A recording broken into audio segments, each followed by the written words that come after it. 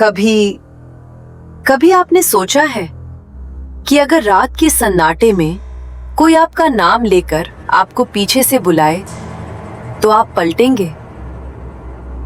मध्य प्रदेश के कुछ गांवों में लोग आज भी कहते हैं, अगर रात में कोई औरत तुम्हारा नाम ले तो कभी पलटकर जवाब मत देना, वरना अगली सुबह सिर्फ तुम्हारे कपड़े मिलेंगे।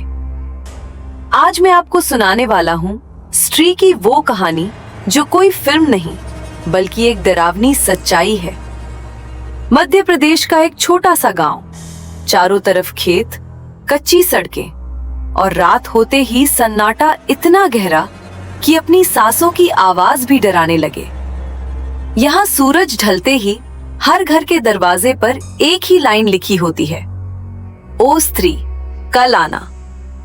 कोई नहीं जानता ये लिखना किसने शुरू किया, पर जो नहीं लिखता वो। गांव में रहता था रमेश, 25 साल का, मजाक उड़ाने वाला।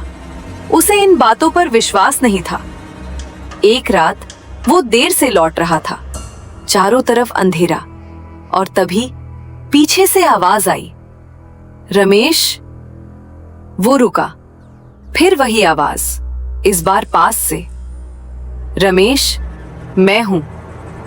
उसकी आवाज बिल्कुल उसकी माँ जैसी थी।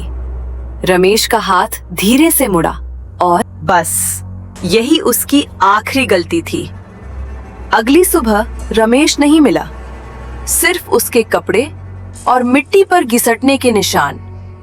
अब गांव में शाम ढलते ही दरवाजे बंद, कोई बाहर नहीं जाता। पर स्त्री दरवाजा खटखटाती नहीं, वो खिड़की के बाहर खड़ी होकर नाम लेती है, बिल्कुल उसी आवाज में जिससे आप सबसे ज्यादा प्यार करते हैं, माँ, पत्नी या प्रेमिका।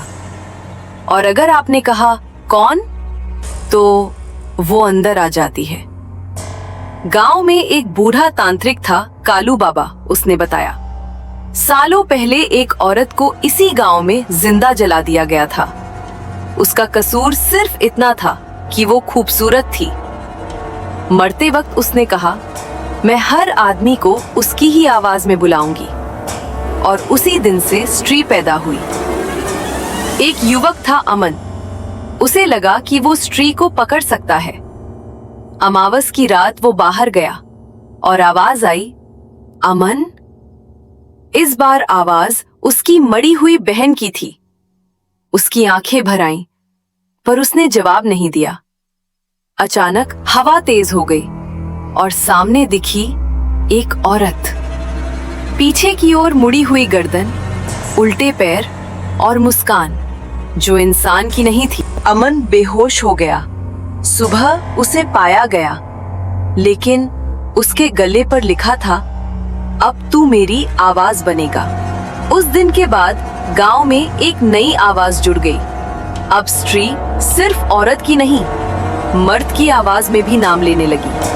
आज भी उस गांव में लोग कहते हैं, अगर कोई रात में नाम ले तो चाहे माँ की आवाज हो या खुद भगवान की, मत पलटना, क्योंकि शायद अभी भी स्त्री आपका नाम ले रही हो। अगर आपको ये कहानी सच्ची लगी तो सोचिए, आज रात अगर कोई आपका नाम ले तो क्या आप पलटेंगे?